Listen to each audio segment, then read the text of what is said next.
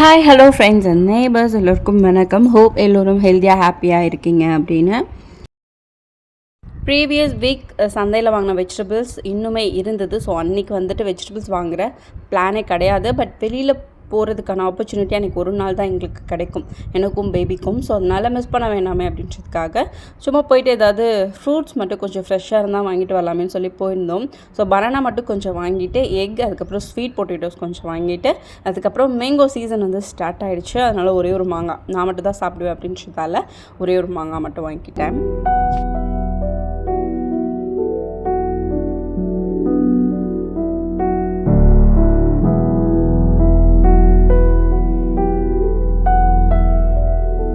Already 3 to 4 days வர அளவுக்கு fruits இருந்தது. இருந்தாலும் கொஞ்சம் ஃப்ரெஷ்ஷாக கிடச்சிது அப்படின்னா கண்டிப்பாக வாங்கலாம் அப்படின்னு சொல்லி யோசிச்சிருந்தோம். பட் அந்தளவுக்கு ஃப்ரெஷ்ஷாக இந்த ஃப்ரூட்ஸும் இல்லை.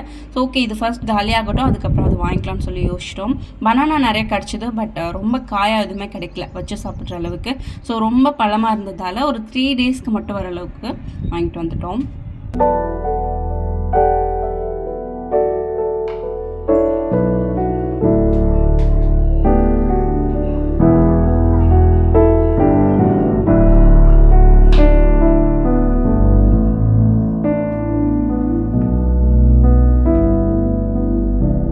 நான் வாங்கியிருந்த மாங்காய் கொஞ்சம் வந்துட்டு பழம் மாதிரி இருந்தது. ஸோ ரொம்ப பழமாக இல்லை, காயாகவும் இல்லை, அந்த மாதிரி ஒரு மீடியம் ஸ்டேஜில் இருந்தது. ஸோ இது எப்படி சாப்பிட்டாலும் எனக்கு பிடிக்கும். பட் அன்றைக்கி கொஞ்சம் சால்ட் ஆட் பண்ணி ஒரு 10 to 15 minutes வந்துட்டு அதில் சோக் ஆகிற மாதிரி கட் பண்ணி எடுத்து வச்சிட்டேன்.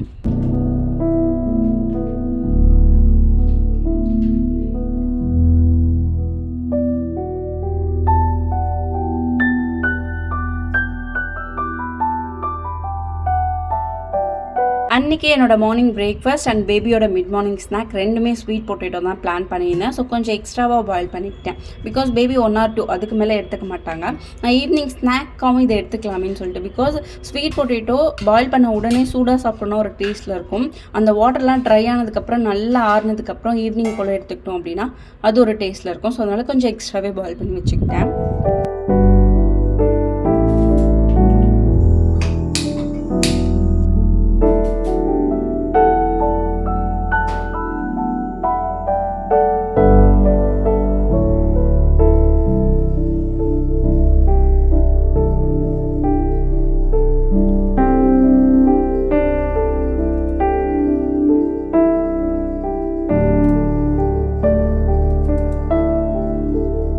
டைப் ஆஃப் ஸ்வீட் பொட்டேட்டோஸ் இருக்கு இல்லையா, ஒன்று வந்து வெளி நேரத்தில் இருக்கிறதா, நான் அதுக்கப்புறம் இந்த red colour sweet potato. So taste wise compare பண்ணும்போது நான் அதிகமாக இப்போ வரைக்கும் சாப்பிட்ருக்கிறதுன்னு பார்த்தா ஒயிட் கலர் தான் அதிகமாக சாப்பிட்ருக்கேன். இது ரொம்ப ரேராக தான் சாப்பிட்ருக்கேன். பட் இதில் கொஞ்சம் ஸ்வீட்னஸ் எக்ஸ்ட்ரா இருக்க மாதிரி ஃபீலாக இருக்குது. சைஸ் வைஸ் கம்பேர் பண்ணும்போது ஒயிட் பொட்டேட்டோஸுமே இங்கே கிடைக்குது, கொஞ்சம் பெரிய சைஸஸில். இது கொஞ்சம் குட்டி குட்டி சைஸஸ்லாம் கிடைக்குது. பட் பேபி கொஞ்சம் இதை நல்லா சாப்பிட்றாங்க, எனக்குமே பிடிச்சிருக்கு அப்படின்றதால மோஸ்ட்டாக இந்த பொட்டேட்டோஸே வந்துட்டு வாங்கிக்கிறேன். நம்ம எவ்வளோ இந்த ஸ்வீட் பொட்டேட்டோஸ் பர்ச்சேஸ் பண்ணாலும் உடனே வந்துட்டு குக் பண்ணி சாப்பிடணும். டெய்லி பேசிஸில் கண்டினியூஸாக சாப்பிட்ற மாதிரி இருக்குது. பிகாஸ் எக்ஸ்ட்ரா டேஸ் போயிடுச்சு, அப்படி ஒரு 4 days தாண்டிடுச்சு அப்படின்னா ஒரு மாதிரி காயெல்லாம் வந்துட்டு சொத்தே ஆகிடுது. ஓப்பன் ஸ்பேஸில் தான் வந்து ஸ்டோர் பண்ணி வைக்கிறேன். இல்லை எனக்கு ப்ராப்பராக வந்துட்டு இதை ஸ்டோர் பண்ண தெரியலையா, மெயின்டைன் பண்ண தெரியலையான்னு தெரியல. பட் நிறைய வேஸ்ட் பண்ணியிருக்கேன் அப்படின்றதால ரீசன்ட் டேஸாக கொஞ்சம் கம்மியாகவே வாங்கிக்கிறது.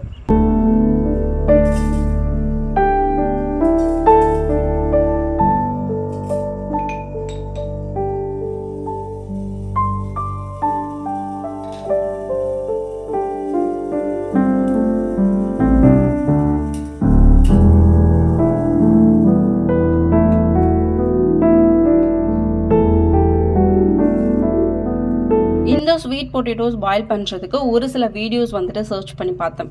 ஓகே, ப்ரெஷரில் நம்ம குக்கரில் பாயில் பண்ணுறது பெட்டரா இல்லை வந்துட்டு ஸ்டீமிங் மெத்தடா அப்படின்ட்டு. அதுலேயே நிறைய கீழே அவ்வளோ அந்த வீடியோஸ்க்கு கீழே அவ்வளோ கான்வர்சேஷன், அவ்வளோ கமெண்ட்ஸ் இருந்தது. ரெண்டுமே சேம் தான், ரெண்டுமே வந்துட்டு ஸ்டீமிங் தான் அந்த மாதிரி. ஓகே, கம்பேரிட்டிவ்லி நம்ம குக்கரில் ப்ரெஷரில் பாயில் பண்ணுறது, இது வந்துட்டு ஸ்ட்ரீமிங்கில் பாயில் பண்ணுறது, ஸோ ரெண்டுமே எப்படி ஒன்றா இருக்கும் அந்த மாதிரி நிறைய டவுட்ஸ் இருந்தது. ஓகே, நமக்கு எது கன்வீனியண்ட்டாக அண்ட் பெட்டராக இருக்கும். சம்டைம்ஸ் இந்த பாட் இல்லாத டைமில் நான் குக்கரில் வந்துட்டு 1 or 2 விசில் விட்டால் போதுமே அப்படின்றதுக்காக குக்கரில் பாயில் பண்ணி எடுத்துப்பேன்.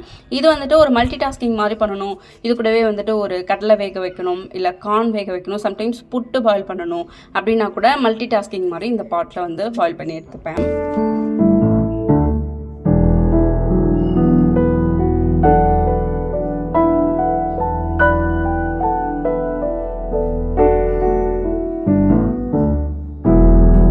மோஸ்ட்டாக மார்னிங் எழுந்ததும் கேஸ் ஸ்டவ் ஒரு டைம் க்ளீன் பண்ணுவேன். அதுக்கப்புறம் நைட் தூங்குறப்ப தான் வந்துட்டு ஃபுல்லாக கம்ப்ளீட்டாக க்ளீன் பண்ணுவேன். பட் அன்றைக்கி 3 டைம்ஸ் மிட் டைம்லேயே வந்துட்டு ஒரு 3 டைம் கேஸ் ஸ்டவ் வந்து க்ளீன் பண்ணிட்டேன். பிகாஸ் ஒரு டைம் சட்னி நிறையவே கொட்டிடுச்சு, அதனால அந்த ஹோல்ஸ்குள்ளெல்லாம் போன மாதிரி இருந்தது. ஸோ அதனால் அப்போ ஒரு டைம் வந்து க்ளீன் பண்ணேன். அதுக்கப்புறம் மில்க் வந்துட்டு நல்லா பொங்கி ஊற்றி ஃபுல்லாக மிஸ்ஸி ஆகிடுச்சு. ஸோ கிளாத் வச்சு துடைக்கலான்னு போனப்போ கிளாத்தில் அது ஸ்ப்ரெட் ஆகி கேஸ் ஸ்டவ் ஃபுல்லாக அகெயின் வந்துட்டு ஸ்பில் ஆகிடுச்சு. ஸோ அதனால் திரும்ப எடுத்து ஒரு டைம் துடைச்சி இது பண்ணேன். ஸோ ஒரு ஆஃப்டர்நூன் டைம்லேயே 2 டைம்ஸ் கிட்ட இது வந்து க்ளீன் பண்ணுற மாதிரி ஆயிடுச்சு.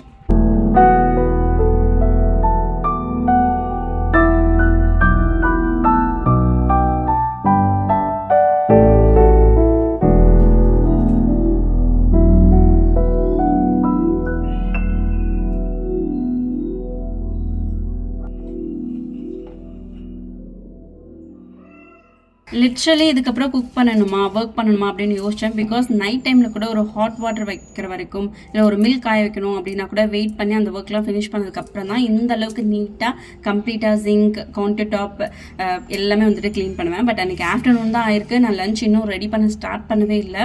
மார்னிங் பிரேக்ஃபாஸ்ட் ரெடி பண்ணியிருக்கேன். அதுக்கப்புறம் பேபிக்கு மில்க், ஒரு மிட் மார்னிங் ஸ்நாக் அவ்வளோதான் ரெடி பண்ணியிருந்தேன். ஸோ அதுக்கப்புறம் எதுவுமே பண்ணல. லஞ்ச் வந்துட்டு குக் பண்ணுறதுக்கு ஸ்டார்ட்டே பண்ணல. அகெயின் நான் வந்துட்டு குக் பண்ண ஸ்டார்ட் பண்ணேன் அப்படின்னா சாம்பார் ரெடி பண்ணணும், பொரியல் ரெடி பண்ணணும். ஸோ கண்டிப்பாக வந்துட்டு ஏதாவது ஒன்று ஸ்பில் ஆகும். அகெயின் வந்து நம்ம க்ளீன் பண்ணணுமே அப்படின்னு சொல்லி யோசிச்சுட்டு இருந்தேன். நான் இதை யோசிச்சுட்டு இருக்கும்போதே பேபி வந்துட்டு பேக் சைடில் கீழே ஃப்ளோரில் வந்து தண்ணியை கொட்டிட்டாங்க. ஸோ அதை உடனே க்ளீன் பண்ணணும், இல்லைனா அவங்க நடக்கும்போது கண்டிப்பாக கீழே விழுந்துருவாங்க. ஸோ அதை உடனே க்ளீன் பண்ண ஸ்டார்ட் பண்ணிட்டேன். என்னோட பிளானே வேறு மாதிரி இருந்தது. பிகாஸ் ஸ்நாக் ரெடி பண்ணும்போதே மிட் மார்னிங்கில் லஞ்சும் குக் பண்ணிட்டோம் அப்படின்னா எந்த ஒர்க்குமே இல்லாத மாதிரி பார்த்துக்கலாம். லஞ்ச் வரைக்கும் நம்ம வந்துட்டு ஸ்நாக் கொஞ்சம் என்ஜாய் பண்ணி சாப்பிட்டுட்டு அதுக்கப்புறம் லஞ்சுக்கு அப்புறம் ஒர்க் இருக்க மாதிரி பார்த்துக்கலாம்னு சொல்லி பிளான் பண்ணியிருந்தேன். பட் டோட்டலாக வந்துட்டு சொதப்பிடுச்சு.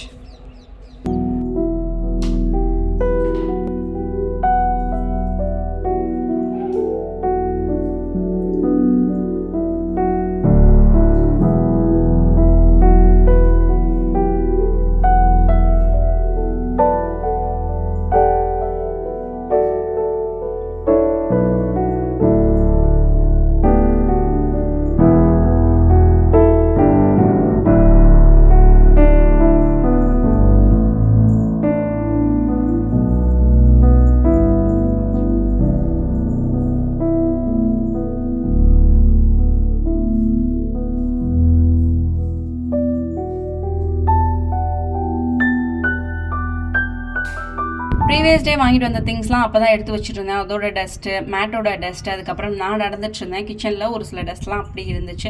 ஸோ அது கூடவே தண்ணி கொட்டினதுனால ப்ராப்பராக க்ளீன் பண்ண முடியல. கண்டிப்பாக மாப் பண்ணுற மாதிரி ஆயிடுச்சு. ஸோ அது காயிற வரைக்குமே கிச்சனுக்குள்ளே என்ட்ரு ஆக முடியாது. பிகாஸ் பேபி என் கூடவே வந்துட்டே இருப்பாங்க. ஸோ அதனால் அது காயிற வரைக்கும் நம்ம வேறு ஏதாவது ஒர்க் பண்ணலாமேன்னு சொல்லிட்டு மாஸ்டர் பெட்ரூம் இல்லாமல் இன்னொரு பெட்ரூம் இருக்குது. அதில் மோஸ்ட்டாக திங்ஸ் இருக்காது. பட் ஒரு செல்ஃப் வந்துட்டு ரொம்ப மெஸ்ஸியாக இருந்தது. அது டெய்லி பேசிஸில் நாங்கள் யூஸ் பண்ணுற ஒரு செல்ஃப். ஸோ அதனால் அதை க்ளீன் பண்ணலாமேன்னு சொல்லிட்டு பேபி அழைச்சிட்டு அப்படியே உள்ளே வந்துட்டேன்.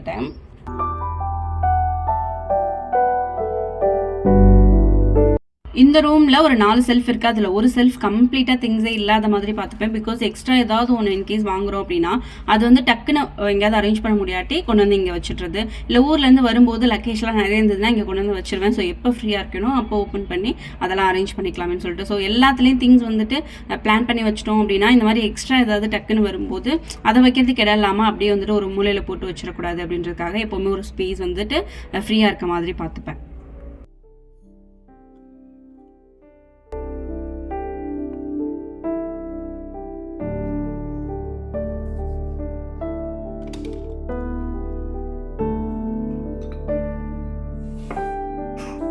திங்ஸ்மே சொல்ல போனால் நிறைய கிடையாது. ஓன் ஹவுஸில் பண்ண ஒரு சில மிஸ்டேக்ஸ், அங்கே திங்ஸ் வந்துட்டு டம்ப் பண்ணி இப்போ வரைக்கும் வச்சுட்ருக்கிறது, அதெல்லாமே இங்கே வந்து பண்ணக்கூடாது. அதுவும் ரெண்டல் ஹவுஸில் இருக்கும். கொஞ்சம் வந்துட்டு நீட்டாக கிளட்டர் ஃப்ரீயாக வந்து ஒன்று ஒன்று பார்த்து வாங்கணும்னு சொல்லி யோசிச்சு தான் இப்போ வரைக்கும் பொறுமையாக திங்ஸ்லாம் கொஞ்சம் அவ்வளோவா டம்ப் பண்ணாமல் நிறைய திங்ஸ் ஸ்டோர் பண்ணாமல் என்னென்ன தேவையோ அது மட்டும் கொஞ்சம் ப்ராப்பராக அரேஞ்ச் பண்ணிகிட்ருக்கோம். ஒரு செல்ஃப் தான் அப்படின்றதால டக்குன்னு ஒர்க் வந்து முடிஞ்சிருச்சு. ஃப்ளோரும் கொஞ்சம் லைட்டாக காஞ்சிருச்சு. பேபிக்கு வந்துட்டு டிவியில் ஏதாவது கார்ட்டூன் மாதிரி வச்சுட்டு நானும் குக் பண்ண வந்துட்டேன். பிகாஸ் லன்ச் டைமே வந்துடுச்சு. ஒரு ஹாஃப் அன் ஹவரில் ஆல்ரெடி மீல் பிளான் மாதிரி ரெடி பண்ணி வச்சுருக்கேன். ஸோ அதனால ஹாஃப் அன் ஹவரில் டக்குன்னு குக் பண்ணிவிடுவேன். சாம்பார் 2 பொரியல் வந்து அன்றைக்கி பிளான் பண்ணியிருந்தேன். ஸோ வெஜிடபிள்ஸ் ஆல்ரெடி நிறைய இருக்குது. ஒரு நாளைக்கு 2 வெஜிடபிள் வந்துட்டு பொரியல் மாதிரி ரெடி பண்ணணும்னு சொல்லி மீல் பிளானிங் மாதிரி அந்த வீக்குக்கு தேவையானதை கம்ப்ளீட்டாக ரெடி பண்ணி வச்சுக்கிட்டேன். ஸோ அதனால ஆல்ரெடி வந்துட்டு என்னென்ன பண்ண போகிறோம்னு சொல்லி ஒரு பிளான் இருந்ததால் டக்குன்னு வந்து குக் பண்ண ஸ்டார்ட் பண்ணிட்டேன். ஹேண்டியாக இருக்கணும் அப்படின்னு சொல்லிட்டு தான் இந்த தேங்காய் துருவுறதை வந்துட்டு நான் வாங்கியிருந்தேன். பிகாஸ் வீட்டில் இருக்கும்போதெல்லாம் அரிவாள் மணியில் கீழே உட்காந்துட்டு நல்லா நீட்டாகவே வந்துட்டு துருவலாம். பட் அதை விட இது கொஞ்சம் நம்ம நின்றுட்டே தானே இப்போலாம் குக் பண்ணுறோம், அதுக்கு இது கன்வீனியண்ட்டாக இருக்குமேனு சொல்லி வாங்கினேன். பட் பார்க்குறதுக்கு ரொம்ப ஈஸியாக இருக்குது. பட் துருவும் போது அவ்வளோ ஸ்ட்ரெயின் பண்ணி ஃபுல்லாக வந்து நம்ம ப்ரெஷர் போட்டு தான் வந்துட்டு துருவுற மாதிரி இருக்குது. ஸோ ஓகே, இந்த மெத்தட் வந்து செட் ஆகாது. நெக்ஸ்ட் டைம் ஊர்லேருந்து வரும்போது கண்டிப்பாக ஒரு அரிவாள் மணி வந்து எடுத்துகிட்டு வரணும் அப்படின்னு சொல்லிட்டு நோட் பண்ணி வச்சுட்டேன். பொரியல் கம்மியான குவான்டிட்டியில் இருக்க மாதிரி இருக்குது. இது கூடவே இன்னொரு பொரியல் ரெடி பண்ணணும். ஸோ இந்த அளவுக்கு குவான்டிட்டியில் ரெடி பண்ணுறதே வந்துட்டு எங்களுக்கு நைட் வரைக்கும் வரும்.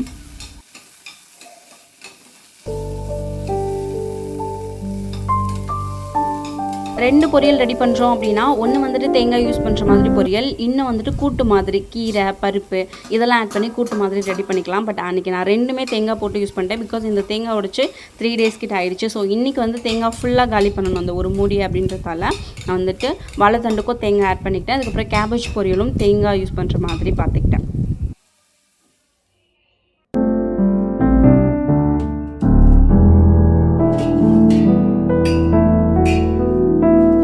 கிச்சனில் என்ட்ரு ஆனதும் ரைஸ் சோக் பண்ண வச்சணும்னு சொல்லி யோசிச்சேன். பட் மறந்துட்டேன். பொரியலே ரெடி பண்ணிட்டேன். பட் இன்னும் ரைஸ் வந்துட்டு சோக் பண்ண வைக்கல. இப்போ வச்சோம் அப்படின்னா கரெக்டாக இருக்கும். இன்னும் சாம்பார் ரெடி பண்ணணும், கேபேஜ் பொரியல் ரெடி பண்ணணும். நான் 1 by 1 ரெடி பண்ணிட்டுருக்கேன். பிகாஸ் பேபியை சைட் பை சைடு என்கேஜ் பண்ணிகிட்டே இந்த ஒர்க்லாம் பண்ணிகிட்ருக்கேன்.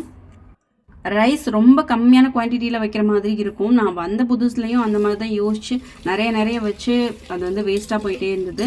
ஸோ இது லஞ்சுக்கு எனக்கும் பேபிக்கும் மட்டும்தான். இதுவே கொஞ்சம் வந்து எக்ஸ்ட்ரா ஆகிடும். அதை ஈவினிங் போல் பேபிக்கு அகெயின் ஃபீட் பண்ணணும் அப்படின்னா கொடுத்துடுவேன். நைட் கண்டிப்பாக வந்துட்டு சப்பாத்தி கிரேவி அதுக்கப்புறம் ஏதாவது டிஃபன் அந்த மாதிரி தான் ரெடி பண்ணுறதால கண்டிப்பாக ரைஸ் எங்களுக்கு இந்த குவான்டிட்டியில் ரெடி பண்ணாலே போதும்.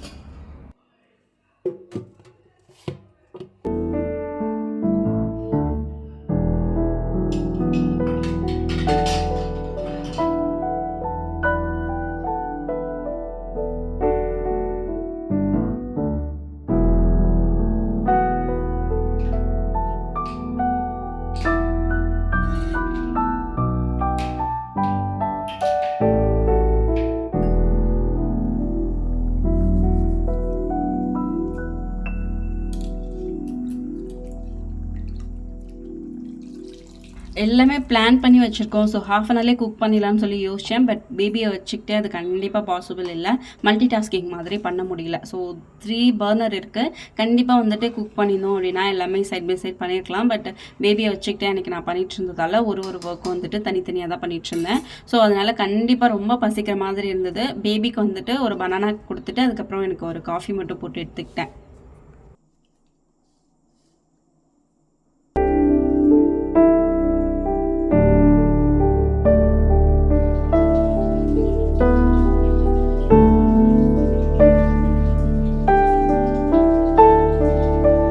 ஹவுஸ் ஓனர் கிரவுண்ட் ஃப்ளோரில் இருக்காங்க, நாங்கள் ஃபஸ்ட் ஃப்ளோரில் இருக்கோம். ஸோ நல்ல ஒரு பாண்டிங் செட் ஆகிடுச்சு. ஸோ கீழே ஃபுல்லாக வந்துட்டு அவங்க வாழை மரம்லாம் நிறைய வச்சுருக்காங்க. அதில் நிறைய களை எடுத்தாங்க. அதுக்கப்புறம் நிறைய வந்து வாழைத்தார் வச்சிருச்சுன்னு சொல்லிட்டு எல்லாமே கிளியர் பண்ணிட்டு இருந்தாங்க. அதில் நிறைய வாழைக்காய் கொண்டு வந்து கொடுத்தாங்க. ஸோ அதுலேருந்து கிடச்சிது அப்படின்னு சொல்லிட்டு. பட் எங்களுக்கு வந்துட்டு இதுவே இன்னாஃபாக இருக்கும். பிகாஸ் சம்டைம்ஸ் பழுத்துருச்சுன்னா சாப்பிட்றலாம், இல்லைனா குக் பண்ணோம் அப்படின்னா அதுவே வந்து ஒரு 2 times கிட்ட நான் குக் பண்ணணும் அப்படின்றதால இதுவே போதும்னு சொல்லிட்டு அவங்க கொடுத்ததுலேயே நான் பாதி கட் பண்ணி எடுத்துக்கிட்டு வந்தேன்.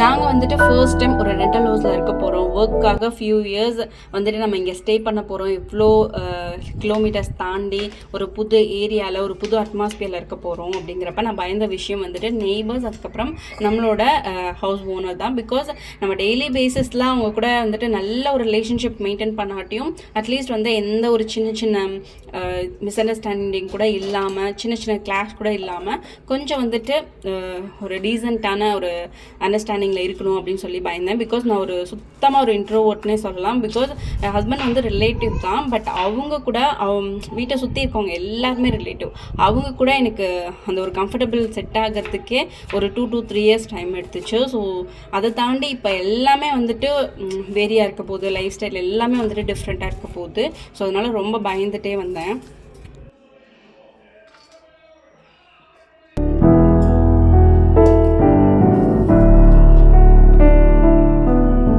பட் நான் எக்ஸ்பெக்ட் பண்ணதை விட ஒரு நல்ல கம்ஃபர்டபுளான ஒரு நல்ல ரிலேஷன்ஷிப், நல்ல ஒரு பாண்டிங் க்ரியேட் ஆயிடுச்சுன்னு தான் சொல்லலாம்.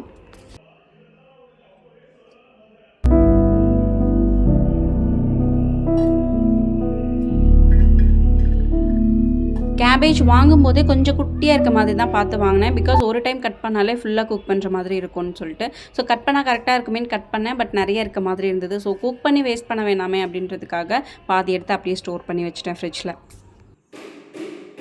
That's all about this video. என்னோட வீடியோஸ் உங்களுக்கு பிடிச்சிருந்தது அப்படின்னா keep watch and supporting me. Next ஒரு இன்ட்ரெஸ்டிங்கான வீடியோவில் பார்க்கலாம். பாய்.